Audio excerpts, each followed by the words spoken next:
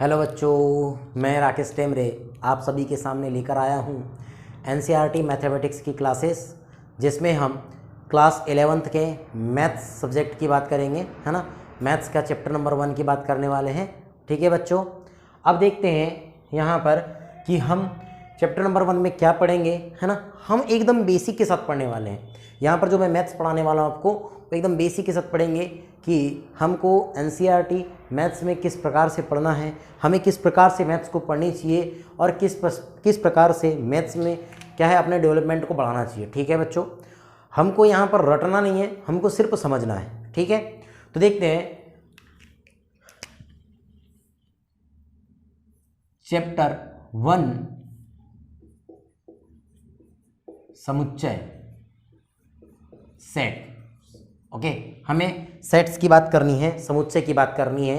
तो समुच्चय है क्या, इसके बारे में विस्तृत जानकारी लेंगे और समझेंगे कि समुच्चय किस यूज़ में लिया जा रहा है या समुच्चय का यूज़ कहाँ कहाँ है। ठीक है बच्चों, देखते हैं इस समुच्चय के बारे में। तो देखिए, चैप्टर नंबर 1 पढ़ रहे हैं, समुच्चय सेट। ठीक है, इस समुच्चय या हम ये कह सकते हैं कि जो गणित है ना, गणित जो विषय है, इसका जो एक हमारा कह सकते हैं पार्ट कह सकते हैं, गणित की एक शाखा कह सकते हैं, जिसको हम सेट कहते हैं। इसके जो कहना चाहिए कि जो आविष्कारक है, या आप कह सकते हैं कि इस समुच्चय को के निर्माणकर्ता जो होंगे वो क्या है, जॉर्ज, है ना। क्या है, समुच्चय के जो निर्माणकर्ता, इस बात को याद रख लीजिएगा, निर्माणकर्ता। ठीक है, इसको बोलेंगे हम जॉर्ज केंटर। ठीक है,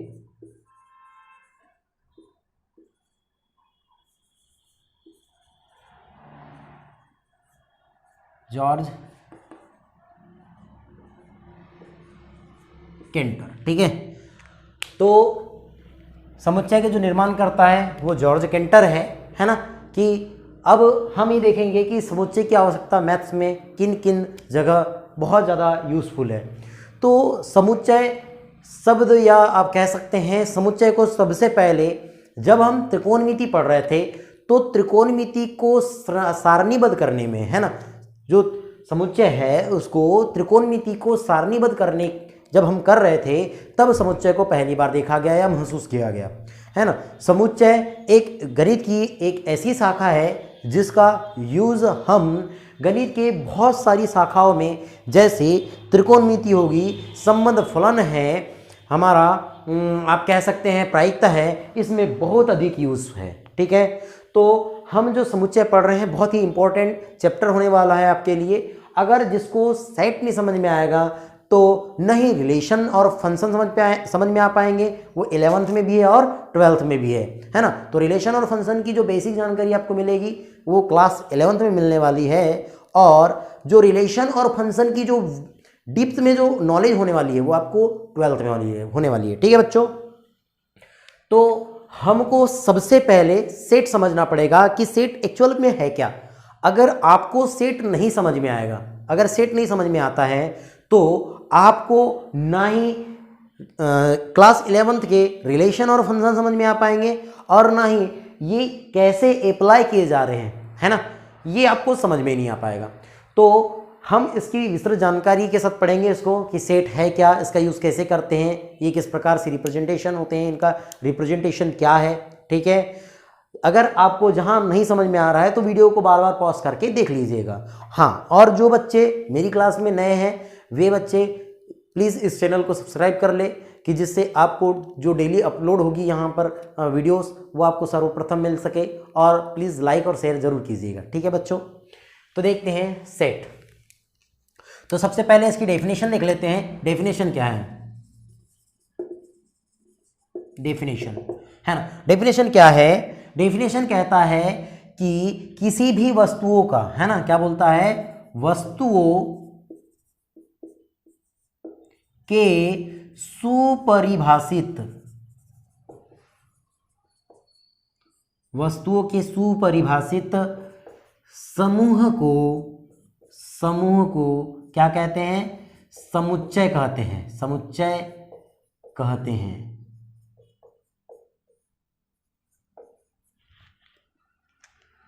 है ना। ये इंग्लिश में बात करें तो किसी भी वस्तु के वेल डिफाइंड, है ना, किसी भी थिंग्स के वेल डिफाइंड किसको, कलेक्शन को, है ना, वेल डिफाइंड किसको, वेल डिफाइंड कलेक्शन, है ना, वेल डिफाइंड कलेक्शन को हम क्या कहते हैं, समुच्चय कहते हैं। तो ये बात याद रखिएगा कि वस्तुओं का सुपरिभाषित यदि समूह है ना, यदि आपके पास जो समूह दिया गया है और वह सुपरिभाषित है तो उस समूह को हम क्या कहते हैं, समुच्चय कहते हैं। यहाँ पर एक भाषा को आप ध्यान से समझेंगे, ये सुपरिभाषित लिखा हुआ है, ये बात बहुत इंपॉर्टेंट होने वाली है। और ये जो वेल डिफाइंड है ना, ये सुपरिभाषित है, वेल डिफाइंड एक ही बात है ना। तो क्या हो रहा है कि ये जो शब्द है इसको अच्छे से समझेंगे हम कि ये वेल डिफाइंड है क्या, है ना। तो क्या कहता है, जैसे मैं कहता हूँ मेरे अनुसार, या मैं कह देता हूँ कि अगर जैसे अंग्रेजी वर्णमाला के स्वर है ना, अंग्रेजी वर्णमाला के स्वर है तो ये वेल डिफाइंड कलेक्शन है ना, अंग्रेजी वर्णमाला के स्वरों का समूह कहने चाहिए। अगर मैं कहता हूँ कि अंग्रेजी वर्णमाला के स्वर है और उनका समूह, तो अंग्रेजी वर्णमाला के स्वर कौन कौन से हैं, ए ई आई ओ यू, है ना, ये मेरे द्वारा भी वही होंगे और आपके द्वारा भी वही होंगे। वेल डिफाइंड का मतलब ये है कि यदि मैं बोलूँ या कोई अन्य व्यक्ति बोले या कोई दूसरा व्यक्ति बोल दे, तो जब भी हम उसके बारे में बात करेंगे तो हम सभी के अनुसार वो कलेक्शन होगा वो एक ही होगा, है ना। तो ऐसे कलेक्शन को हम वेल डिफाइंड कलेक्शन कहते हैं। हम क्या कह सकते हैं, सुपरिभाषित समूह कहते हैं। इतनी बात क्लियर हो गई। अब देखिए कि है क्या, एक्चुअल में है क्या, है ना, सेट। तो ये बात धीरे धीरे हम आगे बढ़ते चलते हैं समुच्चय की ओर। तो आप याद रखिएगा, समुच्चय को हम, ठीक है, समुच्चय को हम हमेशा, समुच्चयों को हम हमेशा अंग्रेजी वर्णमाला के जो अक्षर होते हैं वो कैपिटल अक्षर, है ना, capital letter A B C X Y Z, यानी ए से लेकर जेड तक आप कोई भी ले सकते हैं, बट कैपिटल लेटर होनी चाहिए। बट क्या होनी चाहिए, कैपिटल लेटर। मतलब हम समुच्चय को अंग्रेजी वर्णमाला के कैपिटल लेटर द्वारा रिप्रेजेंट करते हैं, ठीक है बच्चों। तथा आप ये भी बात याद रखिएगा कि ये हम ये किसको रिप्रेजेंट कर रहे हैं, किसी भी सेट को, ठीक है। लेकिन यदि हम किसी भी सेट के एलिमेंट्स, है ना, अवयवों को क्या लिखेंगे, अवयव, या इसको क्या बोलते हैं, एलिमेंट बोलते हैं, है ना, एलिमेंट्स को अंग्रेजी वर्णमाला के छोटे अक्षर से रिप्रेजेंट करते हैं, है ना। ये बात आप याद रखिएगा, ठीक है। अब देखिए कि हमने क्या कहा कि हम ये बात करेंगे, सभी को दिख रहा है ना, सभी को समझ में आ रहा होगा, ठीक है। हम क्या बात करने वाले हैं कि अंग्रेजी वर्णमाला के जो बड़े अक्षर होते हैं उनसे किसको रिप्रेजेंट करते हैं, हम सेट को, समुच्चय को रिप्रेजेंट करते हैं, ठीक है बच्चों। और हम अंग्रेजी वर्णमाला के छोटे जो अक्षर होते हैं, जो स्मॉल लेटर होते हैं, उनसे किसको रिप्रेजेंट करते हैं, किसको, सेट के एलिमेंट्स को रिप्रेजेंट करते हैं, ठीक है बच्चों। अब हम बात करते हैं समुच्चय के ऊपर कि समुच्चय क्या था, है ना, यानी समूह क्या है। पहले समूह की बात करते हैं, कलेक्शन की बात करते हैं, कलेक्शन क्या है। तो कलेक्शन क्या होता है उस पर चर्चा करते हैं, ठीक है। फिर हम इस पर और आगे जानकारी लेने की कोशिश करेंगे, ठीक है। अब देखते हैं कलेक्शन क्या है ना, समूह क्या है। तो समूह क्या होता है, किन्हीं भी दो या दो से अधिक वस्तु, या आप एक वस्तु भी कह सकते हैं, आप जीरो वस्तु भी कह सकते हैं, क्योंकि यहां पर हम क्या पढ़ेंगे, इम्पटी सेट पढ़ेंगे, है ना, एकल सेट पढ़ेंगे, है ना। तो हम यहाँ पर क्या बात करने वाले हैं कि हम ये कह सकते हैं कि किन्हीं भी वस्तुओं के एक समूह की बात करें। समूह मतलब ये होता है कि कोई भी दो या दो से यदि अधिक वस्तुएं एक अगर साथ अगर मिल जाए तो इसको क्या बोलते हैं, कलेक्शन बोलते हैं, ग्रुप बोलते हैं, समूह बोलते हैं, ठीक है बच्चों। तो हम इसकी बात करने वाले हैं। बट यहाँ पर एक बात कही गई है, सुपरिभाषित। तो सुपरिभाषित को हमको समझना पड़ेगा, ठीक है। तो सुपरिभाषित क्या होने वाला है, ठीक। तो सुपरिभाषित क्या है, सुपरिभाषित का मतलब मेरे अनुसार भी वही हो, किसी और के अनुसार भी वही हो और किसी और के अनुसार भी वही हो, ये होता है वेल डिफाइंड या सुपरिभाषित, ठीक है। नहीं तो मेरे अलावा कुछ और हो गया, आपके अलावा कुछ और हो गया और आपके अलावा कुछ और हो गया, तो ऐसा नहीं होगा, ठीक है बच्चों। तो अब देखते हैं कि कुछ हम यहाँ पर समूह लेते हैं, जैसे फर्स्ट और आपको बताना है कि यहाँ पर सेट है या नहीं है, वो बाद में बात करेंगे कि ये कौन सेट है क्या है, ये बाद में बात करेंगे इसकी, ठीक है। जैसे हम कहते हैं कि पहला अंग्रेजी वर्णमाला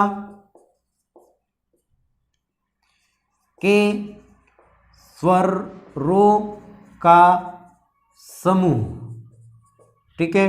दूसरा हमने कहे भारत की नदियों का, या भारत की नहीं कहे तो ओनली नदियों का समूह कह दिए, ठीक है। थर्ड हमने कह दिए कि सर्वश्रेष्ठ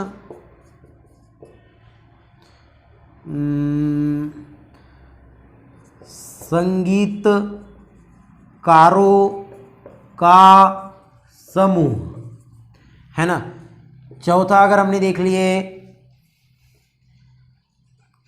चौथे की हम बात कर लेते हैं कि 10 से छोटे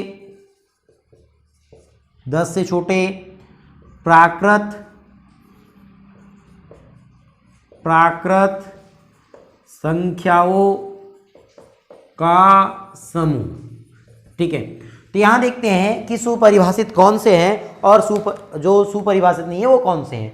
तो देखिए अंग्रेजी वर्णमाला के स्वरों का समूह, अगर मैं अंग्रेजी वर्णमाला के स्वरों के समूह की बात करूं तो अंग्रेजी वर्णमाला के जो स्वर होते हैं वो क्या क्या होते हैं बताइए, ए ई आई ओ और यू, यही तो होते हैं, ए ई आई ओ और यू होते हैं, ठीक है। तो ये मेरे अनुसार भी वही है, आपके अनुसार भी वही रहेंगे, आपके अनुसार भी वही रहेंगे, ठीक है। तो आप समझिए बात को। तो मैं क्या कह रहा हूं कि यदि किसी भी सेट का, है ना, किसी भी, अगर हम बात करें किसी भी कलेक्शन की बात करें और वो कलेक्शन में अगर जितने भी एलिमेंट्स आ रहे हैं तो वो मेरे अनुसार भी वही हो, आपके अनुसार भी वही हो और आपके अनुसार भी वही हो, तो इस प्रकार के कलेक्शन को हम क्या कहते हैं, वेल डिफाइंड कलेक्शन कहते हैं, सुपरिभाषित समूह कहते हैं, ठीक है। इसके पश्चात तो एक सेट होगा, यस पहला सेट होगा। दूसरा देखते हैं नदियों का समूह। अब नदियों का समूह, अब नदियां, है ना, या हम ये कह सकते हैं सर्वश्रेष्ठ नदियों का, या हम कह सकते हैं प्रख्यात नदियों का।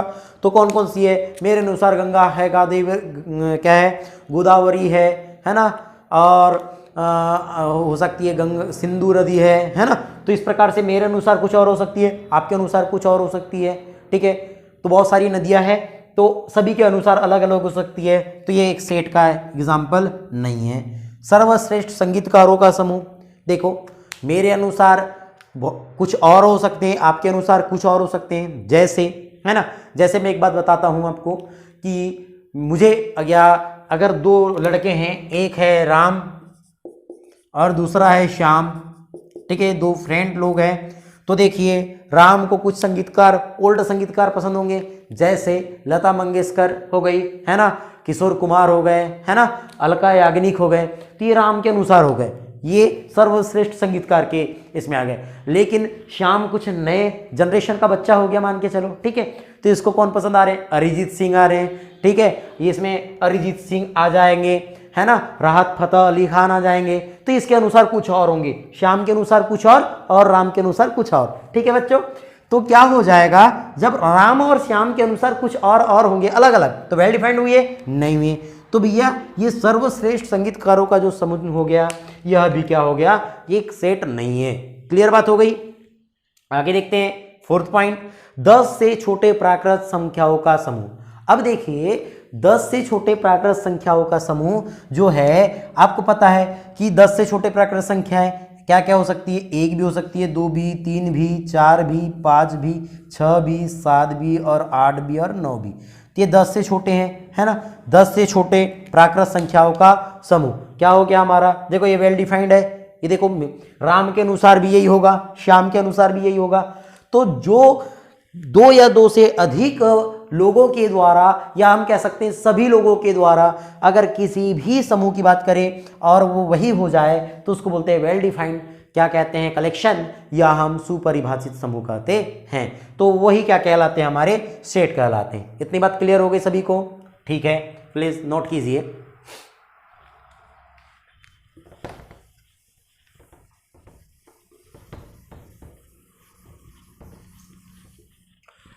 अब देखिए आगे, अब क्या बात करेंगे हम कि सेट, है ना। हम समुच्चय को हमेशा अंग्रेजी वर्णमाला के बड़े अक्षर से लिखते हैं, तो ए इज इक्वल टू। अब देखिए हम ये कहेंगे कि यहां पर लिख दिए अंग्रेजी वर्णमाला के स्वर रो का समूह, या ओनली स्वर लिख दिए तो ये भी चल जाएगा, स्वर, ठीक है। तो देखिए कोई लोग ये भी बोल सकते हैं, कोई बच्चे की ए इज इक्वल टू, है ना, क्या लिख सकते हैं, ए ई आई ओ यू, ठीक है। कोई बच्चे ये भी कह सकते हैं कि A is equal to X is such that x is such that X, क्या लिखेंगे, अंग्रेजी वर्णमाला के स्वर। तो हमको यहां पर एक बात समझ में आ रही है, कि हम सेट को कई प्रकारों से निरूपित कर सकते हैं, है ना, हम सेट को कई प्रकारों से निरूपित कर सकते हैं। तो अब हम देखेंगे सेटों के क्या देखेंगे, निरूपण, या हम समुच्चयों का निरूपण देखेंगे, है ना, रिप्रेजेंटेशन ऑफ सेट्स। ओके, तो अब हम बात करने वाले हैं रिप्रेजेंटेशन ऑफ सेट की, कि सेट का जो रिप्रेजेंटेशन है वो किस प्रकार से किया जाता है, ठीक है बच्चों। तो अब इसको हम पूरा क्लीन कर देते हैं, ठीक है।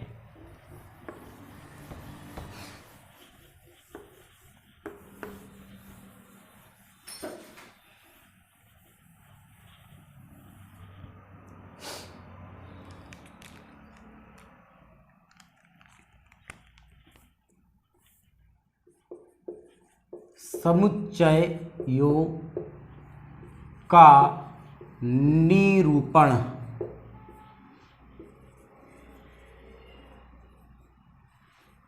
रिप्रेजेंटेशन ऑफ सेट, है ना। हमें क्या करना है, समुच्चयों का निरूपण देखना है, रिप्रेजेंटेशन ऑफ सेट, ठीक है बच्चों। अब देखिए कि समुच्चयों का रिप्रेजेंटेशन कैसे होता है। तो समुच्चयों का रिप्रेजेंटेशन दो प्रकार से होता है ना, दो टाइप से हो सकता है इनका रिप्रेजेंटेशन। तो पहला देखते हैं कि पहला क्या है।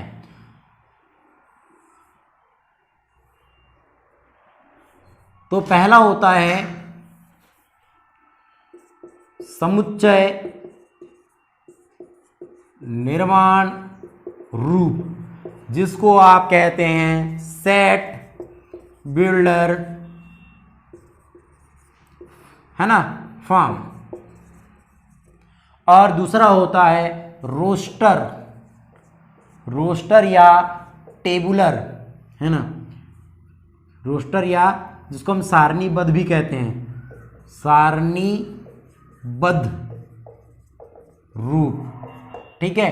तो इसको क्या लिखते हैं, रोस्टर, एंड उसको सारणीबद्ध को क्या लिखते हैं, टेबुलर, है ना, टेबुलर, सॉरी, समुच्चय निर्माण रूप, सेट बिल्डर फॉर्म और सेट टेबुलर फॉर्म, हाँ ठीक है, टेबुलर फॉर्म, ठीक है। तो क्या हो गया कि समुच्चयों का निरूपण दो प्रकार से हो सकता है। पहला तो है सेट क्या होता है, बिल्डर फॉर्म, और दूसरा होता है रोस्टर या टेबुलर फॉर्म, ठीक है। इन बातों को याद रखिएगा। अब समुच्चय निर्माण रूप क्या है और सेट बिल्डर फॉर्म क्या है, इन दोनों चीजों को हम देखेंगे, ठीक है। तो ठीक है, देखते हैं कि है क्या, ठीक है। तो समुच्चय निर्माण रूप की कुछ हम एग्जाम्पल देखेंगे और कुछ एग्जाम्पल देखेंगे रोस्टर फॉर्म के, या हम जिसको क्या कहते हैं, टेबुलर फॉर्म भी कहते हैं, इसके भी कुछ एग्जाम्पल देखेंगे।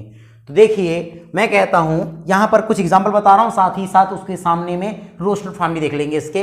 तो फर्स्ट एग्जाम्पल, ठीक है, फर्स्ट एग्जाम्पल देखते हैं, वही वाला अंग्रेजी वर्णमाला के स्वर ले लेते हैं। तो यहां लिखेंगे ए इज इक्वल टू, इसको लिखेंगे x is such that x, है ना, एक्स इज सच दैट, हम इसको बोलेंगे अंग्रेजी वर्णमाला के स्वर, इसको क्या बोलेंगे, अंग्रेजी वर्णमाला के स्वर, ठीक है। हम इसको क्या लिखते हैं, सर्फाकार ब्रैकेट में लिखते हैं, याद रखिएगा। सर्फाकार कोष्ठकों में लिखा जाता है किसी भी सेट के एलिमेंट्स को, ठीक है, नहीं तो कहीं भाग ना जाए, ठीक है, इस बात को याद रखना है। तो भाग गए तो फिर मिलेंगे क्या, हमें नहीं मिलेंगे। इसीलिए हम किसी भी सेट के एलिमेंट्स को कहाँ लिखते हैं, सर्फाकार ब्रैकेट में लिखते हैं, ठीक है बच्चों। अब देखते हैं कि इसका जो रोस्टर रूप होता है वो क्या होता है। देखो सेट बिल्डर, बिल्डर मतलब समुच्चय को बनाने वाला रूप। देखो समुच्चय को बनाने वाला रूप है, इसी के कारण तो समुच्चय बनेगा, सेट बनेगा। बिल्डर मतलब होता है बनाने वाला रूप, ठीक है। अब देखते हैं इसी को अगर लिखना चाहे हम तो देखो कैसे लिखेंगे। तो A is equal to roster रूप होता है। अब देखो ए ई आई ओ और यू, इतनी बात समझ में आ गई कि किसी भी समुच्चय में, है ना, किसी भी अगर समुच्चय की बात करें हमने तो क्या हो गया, A is equal to X such that, अंग्रेजी वर्णमाला के स्वर, ये क्या हो गया, समुच्चय निर्माण रूप, सेट बिल्डर फॉर्म, ठीक है। अब हमने देखा है इसका रोस्टर फॉर्म, तो ए इज इक्वल टू, इसका रोस्टर फॉर्म क्या होगा, इस सर्वाकार bracket of A I E O U, ठीक है। ये बात आपको समझ में आ गई होगी। दूसरी बात हम देखते हैं, दूसरा कि A is equal to X is such that, क्या लिखेंगे, हम लिख सकते हैं यहां पर प्राकृत संख्याओं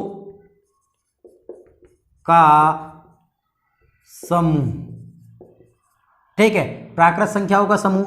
या कई बच्चे इसको ऐसा भी लिखते हैं, x is such that x is belong to, इसको बिलोंग टू बोलते हैं, इसको क्या बोलते हैं, बिलोंग टू, ठीक है।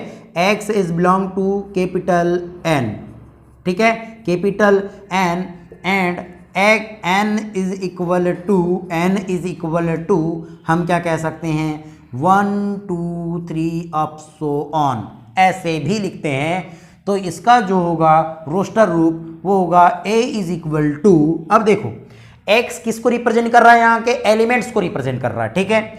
अब देखिए x एलिमेंट को रिप्रेजेंट करता है तो हम ये कह सकते हैं कि यहाँ पर x सच दैट प्राकृत संख्याओं का समूह। अब प्राकृत संख्याओं का समूह है तो प्राकृत संख्या कौन कौन सी होगी, तो प्राकृत संख्या कौन कौन सी होगी, 1 भी होगी, 2 भी होगी, 3 भी होगी, 4 भी होगी, 5 भी होगी, डैश डैश डैश, ऐसे होंगे। कितने डेज लगाना है, 3 डेज, 3 से अधिक डेज नहीं लगाना है, ठीक है, नहीं तो डैश डैश डैश करते करते चल रहे हैं, ठीक है।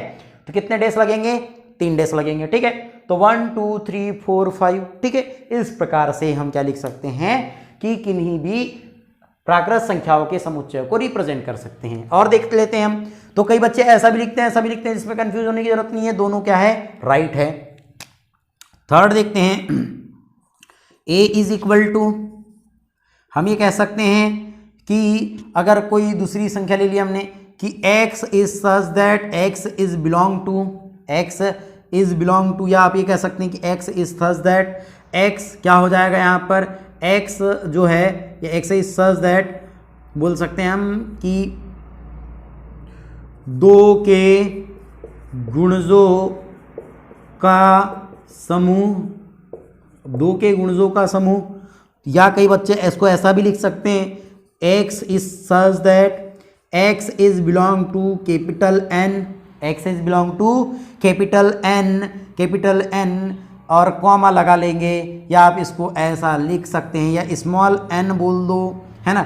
x is belong to small n का स्क्वायर, 2 का गुणज है ना, तो यहाँ लिख सकते हैं 2 इंटू n, कितना लिखेंगे, 2 इंटू n लिखेंगे, और हमें कहेंगे यहाँ पर कि n इज इक्वल टू, या n is belong to, sorry x is equal to 2n, n is belong to कितना हो जाएगा, कैपिटल N, ठीक है। ऐसा भी लिख सकते हैं इसको, तो ये क्या हो जाएगा हमारा, तो a इज इक्वल टू, देखिए क्या कहा उसने, 2 के गुणजों का समूह, या हम यहाँ लिख सकते हैं x is equal to n, तो ये पहला कितना हो जाएगा, 2 हो सकता है, 1 रखा तो मैंने, 2 रखा तो 2 दूनी 4, 3 रखा तो 6, 4 रखा तो 8, यहाँ हो जाएगा 10, यहाँ हो जाएगा 12, डैश डैश डैश।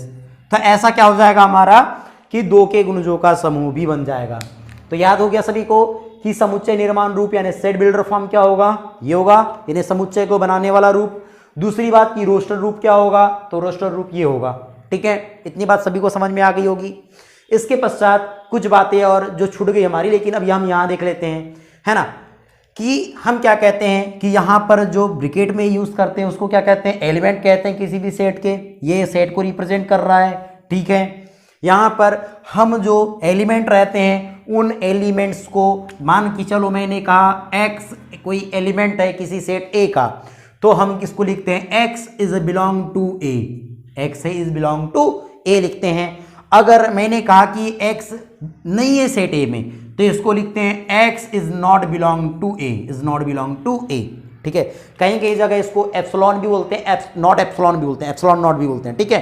तो कंफ्यूज नहीं होना, इसको एप्सिलॉन भी बोलते, देखो एप्सिलॉन भी कहते हैं और बिलोंग टू भी कहते हैं, ठीक है। कंफ्यूज नहीं होना है अपने को। तो क्या हो गया, यहां पर जो x है वो एलिमेंट है किसका, सेट A का, और यहां लिखा मैंने कि x is not belong to A, यानी कि x A में बिलोंग नहीं करता है। इसका मतलब जो x जो एलिमेंट है वो A का एलिमेंट नहीं है। इतनी बात समझ में आ गई। तो अगर कोई किसी सेट में अगर कोई एलिमेंट दिया है तो उसको बिलोंग में लिखते हैं, और नहीं दिया है तो नॉट बिलोंग टू लिखते हैं। हाँ, इसको हम हिंदी में ऐसा भी बोल देते हैं कि x जो है वो अवयव है किसका, A का, या x जो है, या हम यहाँ कह सकते हैं जैसे A मिल रहा है अपने को, इन सभी को मैंने x नाम दे दिया हूं ना, तो मैं क्या बोल रहा हूँ, जैसे A है, A अवयव है किसका, A का, ठीक है। या बोल सकता हूं कि A जो है वो कहाँ है, A में है, ठीक है, ठीक है। A कहाँ पे, A में है, ऐसा भी बोल सकते हैं। या जो A है वो अवयव है किसका, अवयव है, तो वो सेट A का अवयव है, ठीक है बच्चों। इतना समझ में आ गया होगा। इसके पश्चात हम कुछ बातें और देखेंगे। मैंने आपको यहाँ पर क्या नहीं बताया हूँ कि संख्याओं के रूपों को नहीं बताया, तो संख्याओं के रूपों को, या हम ये कह सकते हैं कि संख्या पद्धति को नहीं बताया, तो ये इसलिए नहीं बताया हूँ मैंने। अगर आपको इसको पढ़ना है तो आप क्लास 10th और क्लास 9th की इंट्रोडक्शन, फर्स्ट चैप्टर की इंट्रोडक्शन वीडियो देख लेंगे, आपको वहाँ पर मिल जाएगा। हाँ, कुछ बातें और, ठीक है, कुछ बातें और। अब देखिए वो बातें क्या है, तो वो बातें ये है कि हाँ, और यहाँ पर कुछ बातें देखना है, उसके पश्चात हम वो बात कर लेंगे, ठीक है। देखो, किसी भी सेट को, ये बात याद रखिएगा कि किसी भी सेट में, है ना, अगर कोई एलिमेंट्स दिए गए, मैं ये कहता हूं, मान के चलिए मेरे पास लिखा हुआ है कि एक सेट A है, या एक सेट में B बोल देता हूं, B है, B इज इक्वल टू क्या लिखेंगे, स्कूल, SCHOOL, स्कूल, है ना। स्कूल के, स्कूल एक क्या है, यहां पर शब्द है ना, तो स्कूल के अक्षरों का समूह,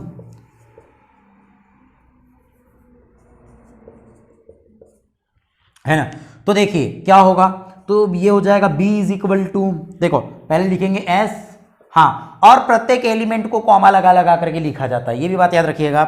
तो S, C, H, O, अब देखो ये O 2 बार है, तो आपको एक ही एलिमेंट को बार बार लिखने की आवश्यकता नहीं है। ये बात या आप मन में या दिमाग में बिठा लीजिए। कई बच्चे यहाँ बहुत बड़ी गलती करते हैं कि एक ही एलिमेंट को बार बार लिख लेते हैं, तो आपको एक ही एलिमेंट को बार बार लिखने की आवश्यकता नहीं है।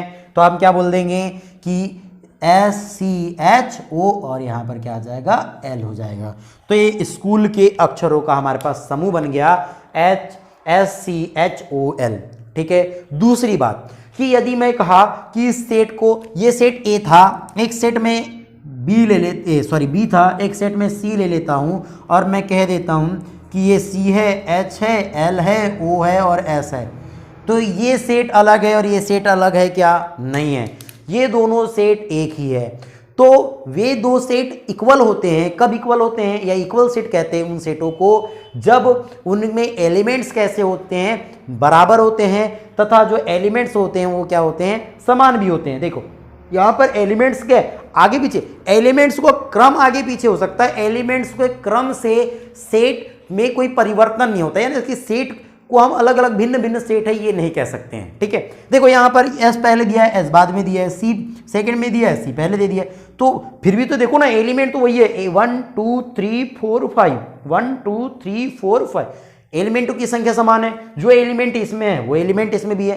तो ये भी बात आप याद रखिएगा कि यदि दो सेट है और दो सेट में क्या है कि एलिमेंट्स कैसे हैं, इक्वल है, और वही एलिमेंट्स रिप्रेजेंट है, उनका क्रम आगे पीछे हो सकता है, ऑर्डर्ड आगे पीछे हो सकता है, तो ऑर्डर्ड से कोई फर्क नहीं गिरता है, ठीक है। तो ये एलिमेंट्स कैसे, ये सेट कैसे होते हैं, इक्वल होते हैं, ठीक है बच्चों। हाँ, दूसरी बात आपको एक बात और ये याद रखना है, आपको एक बात और याद रखना है कि हम प्राकृत संख्या को अगर हम सेट में रिप्रेजेंट करते हैं तो कैपिटल एन के रूप में रिप्रेजेंट करते हैं, है ना।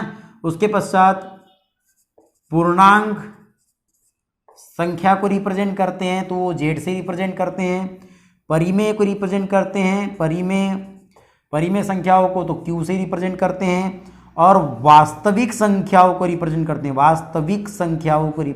हैं तो कैपिटल आर से रिप्रेजेंट करते हैं। ठीक है बच्चों, अगर मैं धनात्मक पूर्णांक की बात करूं, धनात्मक पूर्णांक की बात करेंगे तो जेड प्लस से रिप्रेजेंट करेंगे। धनात्मक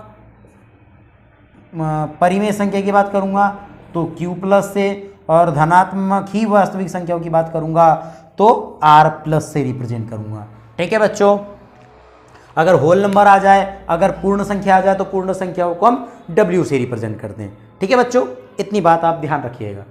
उसके पश्चात हम देखेंगे नेक्स्ट वीडियो में आगे। धन्यवाद।